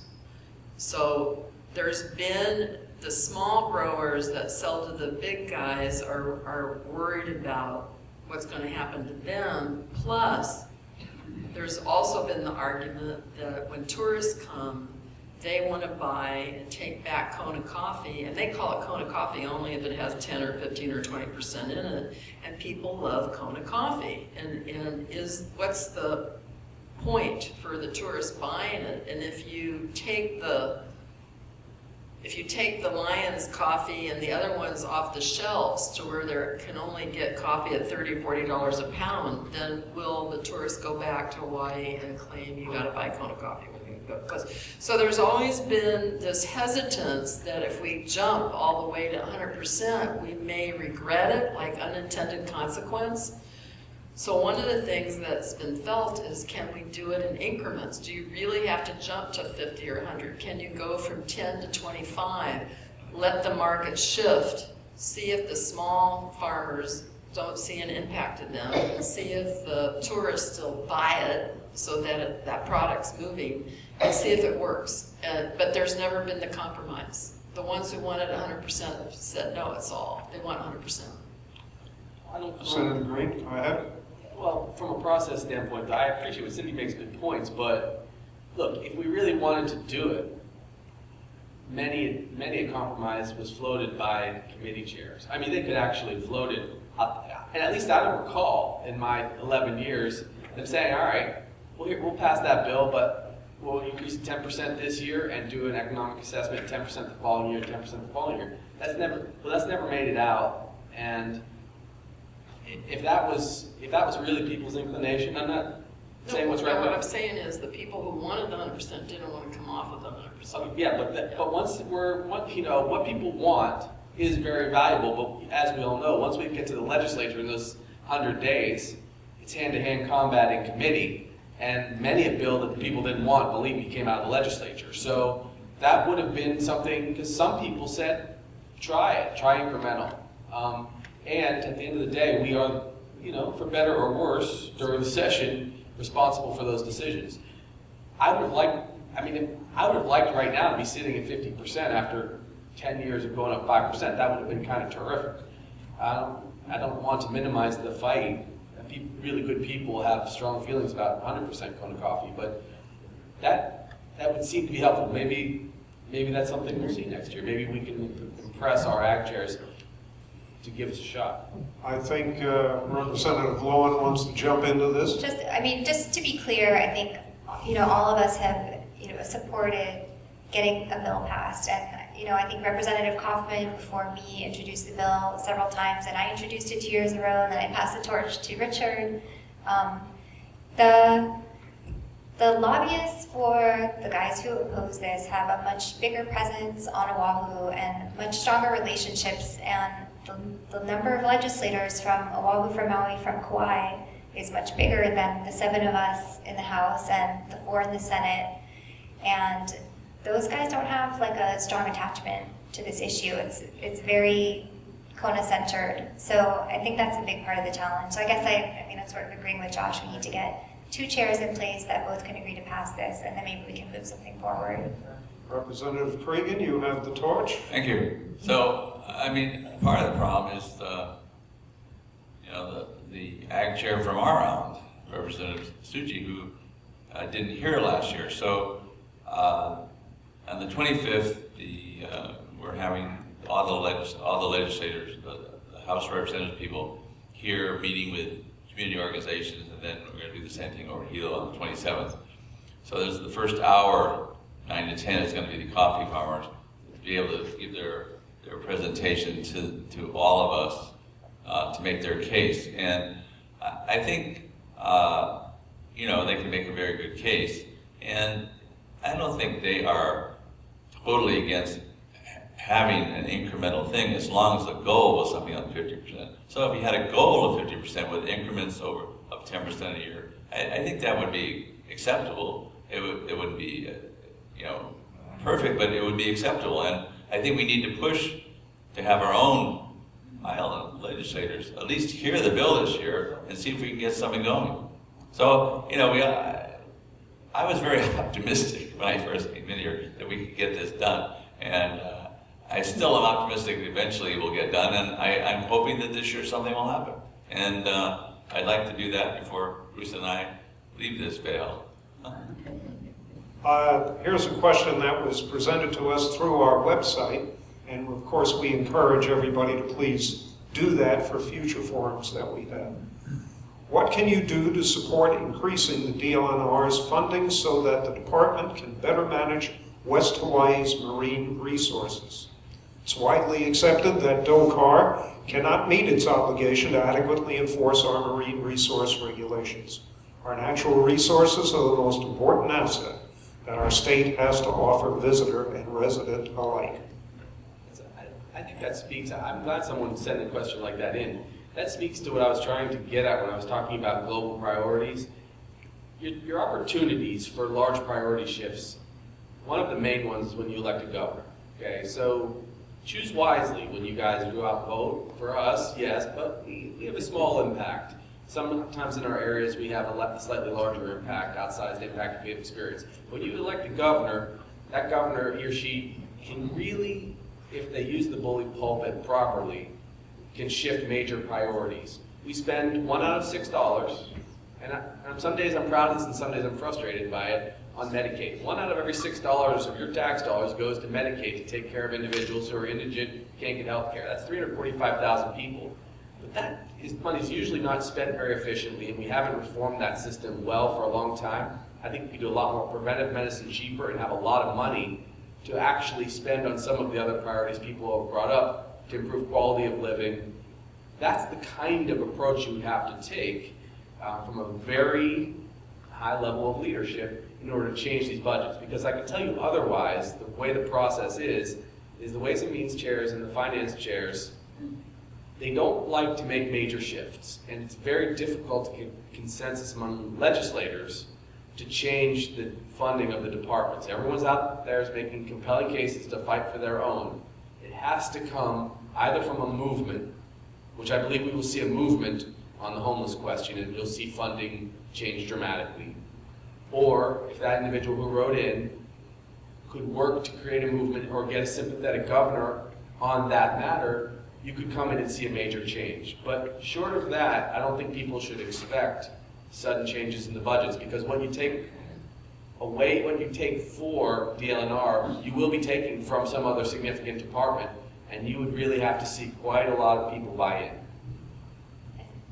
Yeah, I mean, it's a challenge because we're underfunded in so many areas. So I think we need to think of kind of innovative solutions. One thing I think we could do a better job of is leveraging the community.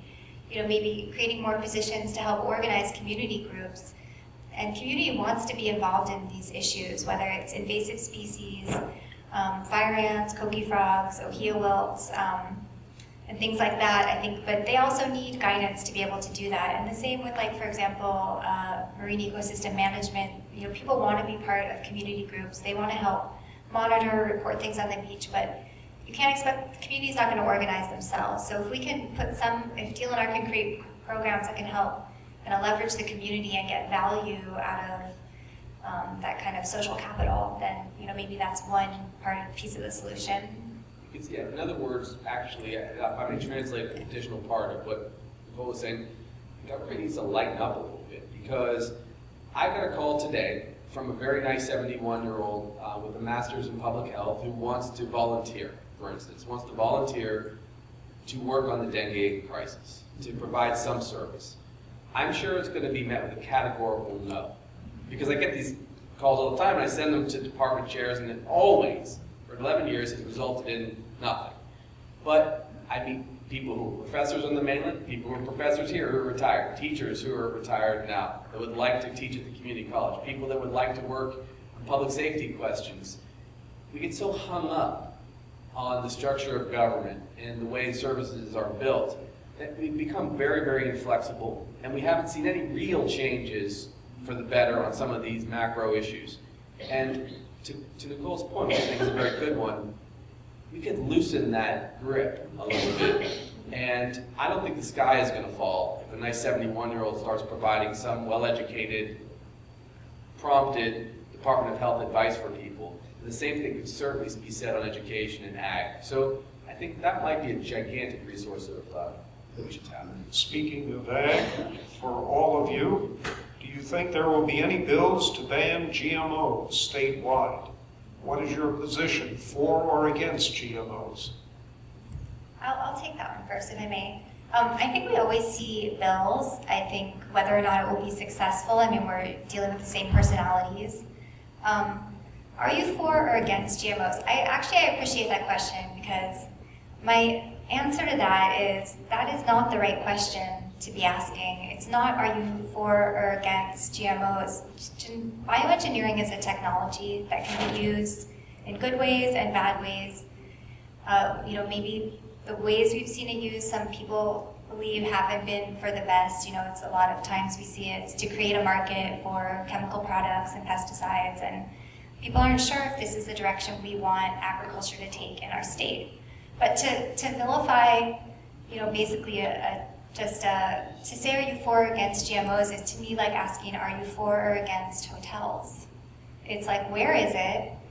What need does it serve? Does it make sense for the community? Are they gonna be good to their employees? I mean, it's a project by project thing, and every GMO product is different and has to be tested individually. So I think sometimes there's definitely, to my seeing it, I think that we need to, it's difficult because it's such a contentious issue, and there's so much information flying around and so much animosity between the two sides that it's really, really challenging to just have like a rational and factual discussion. And so thanks for giving me the chance to say that. Representative Evans? Oh, yeah, thank you. GMOs.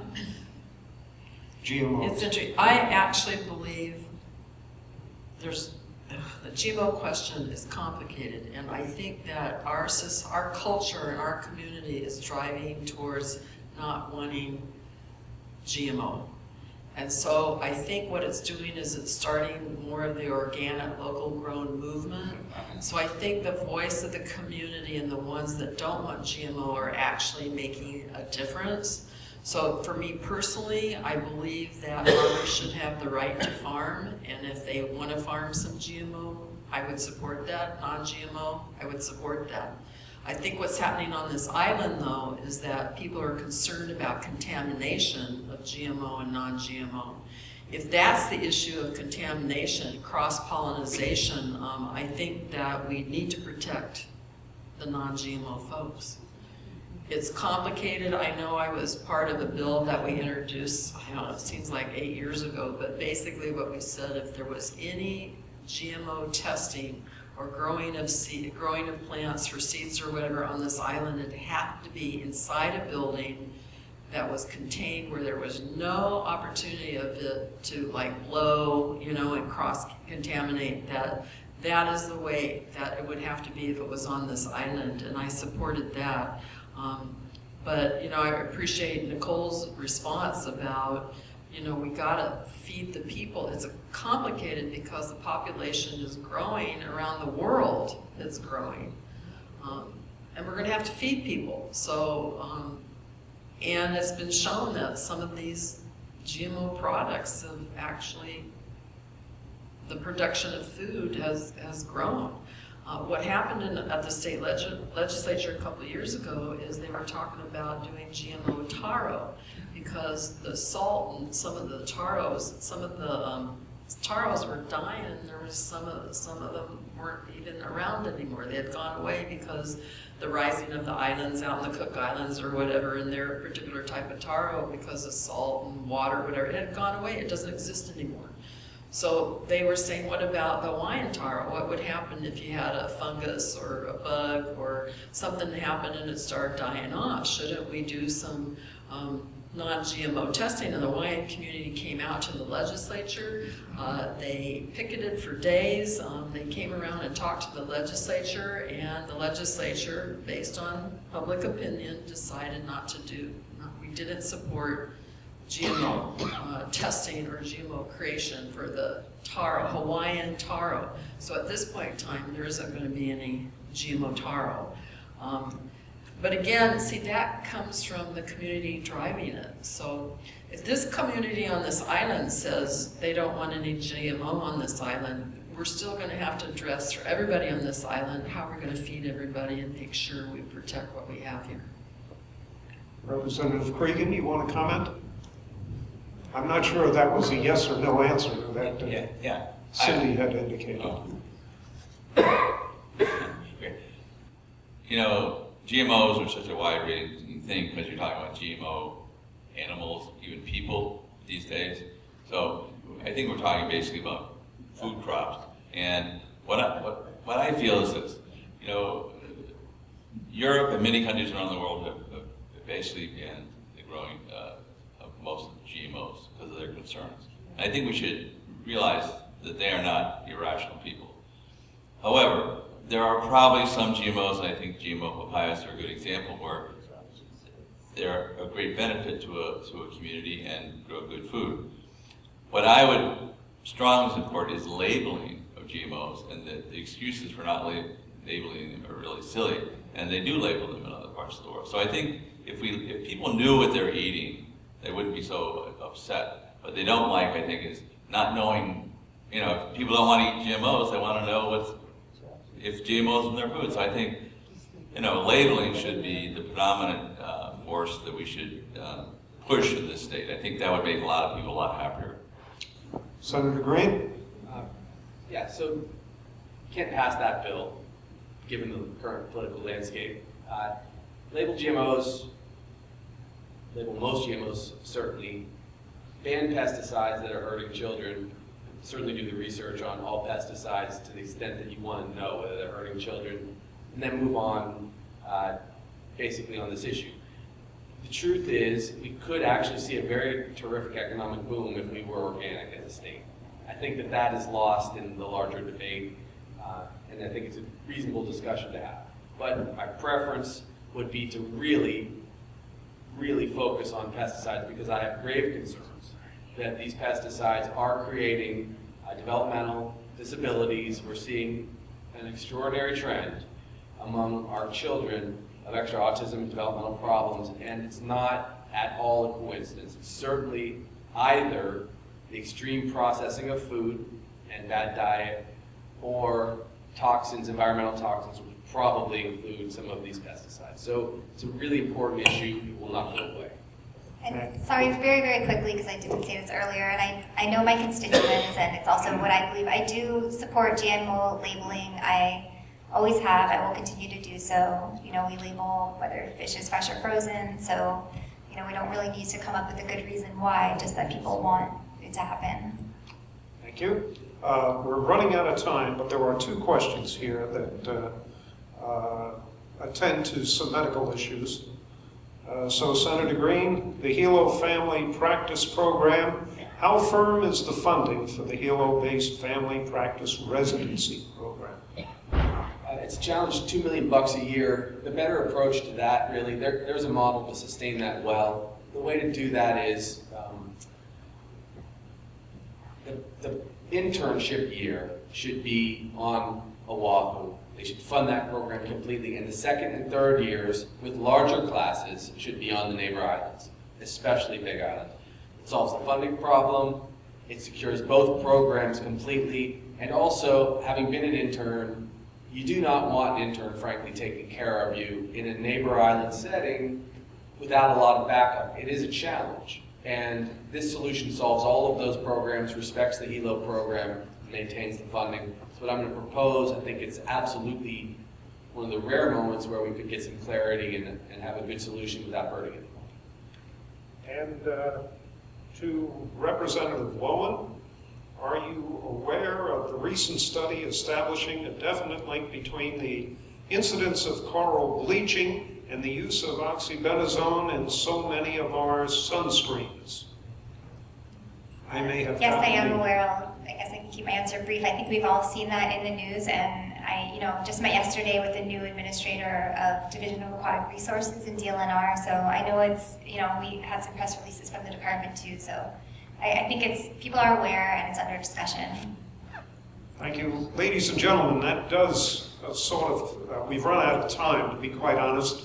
I know there are still some further questions here, and I thank you all for having those questions, but you might want to address those individually, the ones that I didn't ask yet, and they're here to each one of the legislators. If we can do that, this would conclude then our forum for this evening. Our next forum will be in January. We're still working on the details of that particular effort. We thank each and every one of you for coming. More importantly, we thank our state legislators for taking the time